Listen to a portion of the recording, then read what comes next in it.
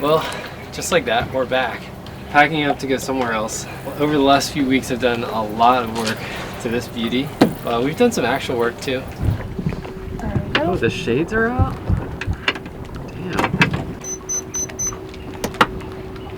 Damn. 1 for 2. Wait, am I on the live circuit? Oh! Oh no! Cleo, you want to guess how many holes I put in this boat? 16. 1-6. You think I've drilled 16 Yes. holes in this boat? Yes. I have drilled Yes. 40. No, just kidding. 80. What?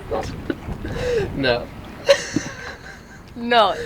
I've drilled 130. No. 5 holes. No! Where? 135 holes. Uh-huh. I mean, we could count. Are you getting paid by the hole? But now we've got a lot of prep to do before we leave for, by far, my favorite field site of all time. We are going to a premier travel destination with 100-meter visibility, world-class surfing everywhere you look, and truly some of the most courteous drivers you will ever find out there on the road. It's the Potomac!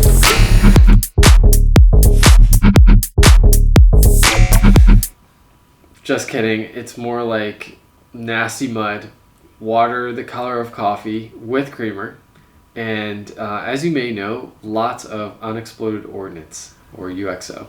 So yeah, we've got a beautiful start to the day here, and I think it's time to prep.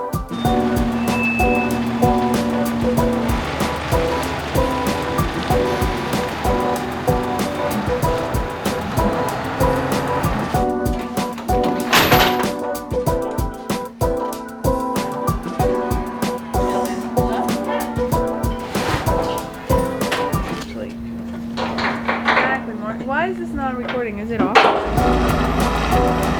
Can't predict everything.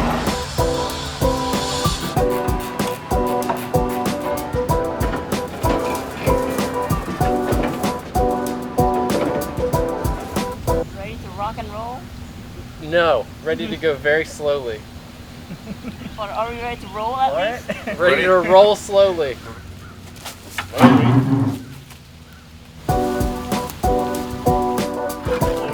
You think I'm going in the tree? Man, I'm saying, Yep.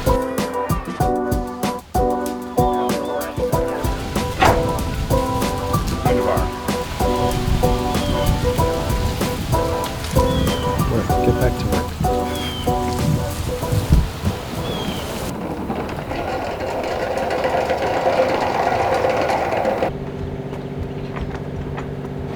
We're really doing it.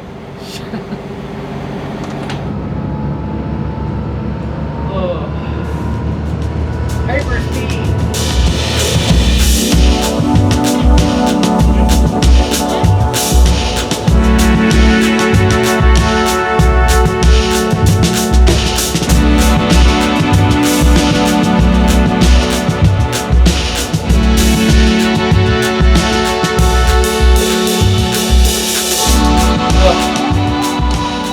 Day 1 in the book. All right, so Evan and I just finished our first leg of 2 on our way up to the Potomac River in the United States, which is near Washington, D.C.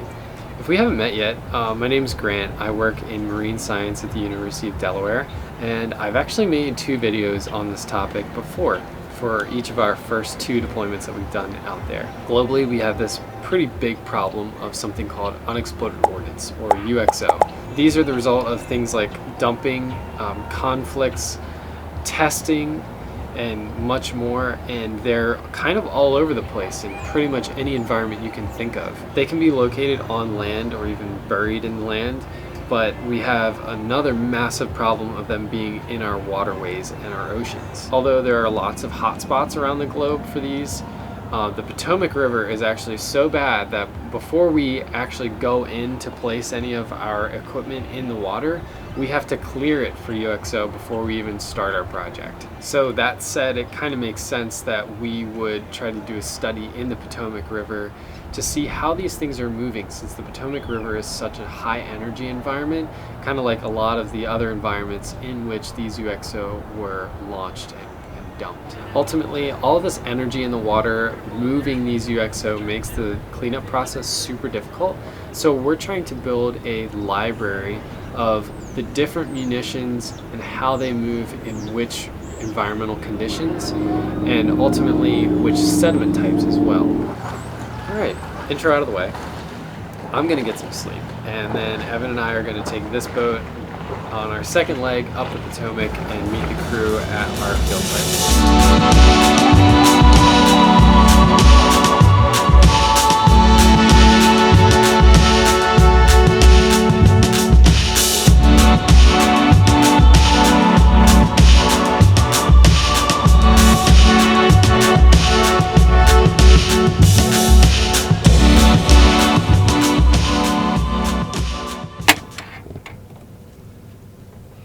Day one.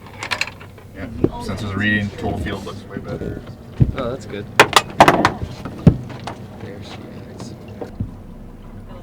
This is Indian Head Naval Support Facility, from pretty much that spit down there to around this corner right here. All along here is a Navy base. Historically, they used to test battleship guns here from about 1891 to 1921. Then they moved downriver to Dahlgren, which is they passed Dahlgren coming up river, because Dahlgren has a longer, straighter stretch where they still actively conduct weapons testing. This study is trying to understand the fate of munitions put into the water, specifically, in this case, mobility and burial processes in riverine environments. Cool. And so we are putting out a whole acoustic tracking grid with the surrogate munitions, which will go down to see if we can induce mobility and burial behavior, measure that behavior, and build models to be able to predict that. Exactly. Graham, Yeah, did you study township and range? that rings a bell. Mix the decaf, the dark and the light coffees to get an average experience.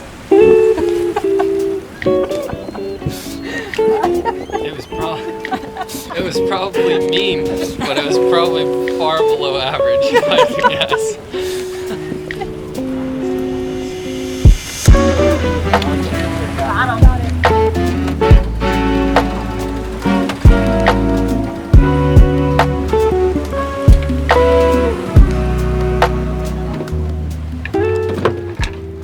Right now we are running a model of this stretch of the river, running hydrodynamics, so we can use hydrodynamics then in theory predict what would happen to the conditions themselves.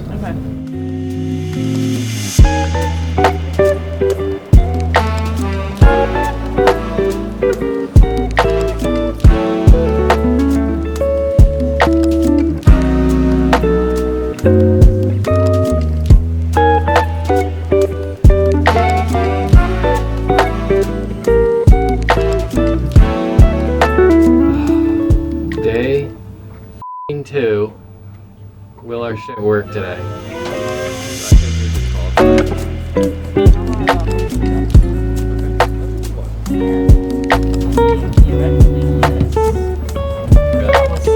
Inside the box now. Well,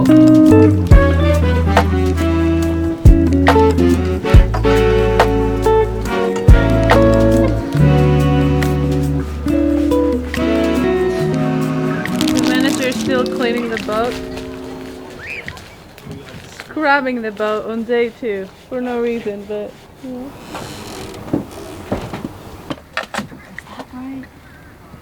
good morning. The cold front blew in yesterday, so now we're all bundled up, got the heater going, and we ended up spending the day at the dock yesterday. So far, we've managed to clear the area with our AV and do the pre-frame deployment site map with our hull-mounted sonar on this boat. So now comes the most interesting part. We've got a ton of equipment to drop in the water. We've got current sensors, we've got temperature sensors, we've got salinity sensors, we've got more sonar, And for the grand finale, we've got a sensational assortment of dummy munitions. We've entered the sting zone. Filmed, so evidence that I'm a kindly PI. Yeah, That's right. You I'm a are? tyrant. the manager cough.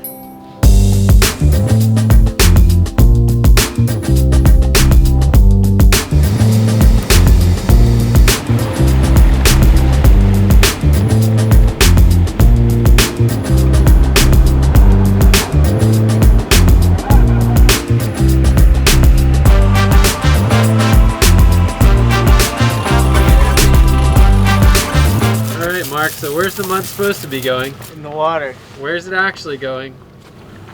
This is you, man. That's how you do it. Going onto my boat. All over my white boat.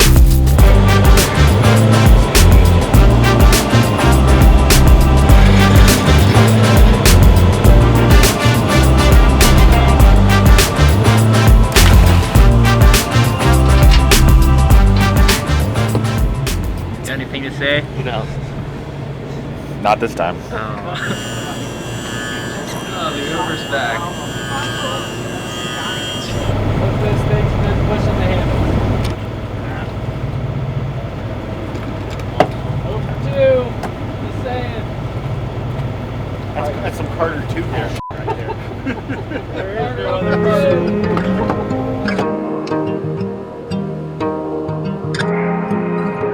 Right Alrighty, so we're pretty much done the science portion of this trip. We put all of those surrogate munitions in the water today, checked on a couple frames, and then did the post-surrogate deployment survey with our AUV. So now we pretty much just have to do a bunch of cleaning up. There's a lot of mud everywhere, so a hose is in order, and we just have to take our 2 research vessels back home. This one's getting put on a trailer, and then Evan and I are going to take back the other one on a 2-day trip around down the river, up the bay, and down the other bay. So thank you so much for hanging out with us for this trip. We enjoyed having you, and if you liked this video, please consider liking or subscribing. That really helps me get out this type of science stuff out to other people who might not see it. Just today, Carter, who is the PI of the project, was telling me that he became inspired in archaeology originally because of documentaries and videos and stuff. He had no other type of exposure to it. So that just makes what I do here really valuable to me, and it keeps me motivated to keep pushing this stuff out. Thank you again for watching, and I'll see you real soon, maybe in a little road trip. I don't even know, but bye.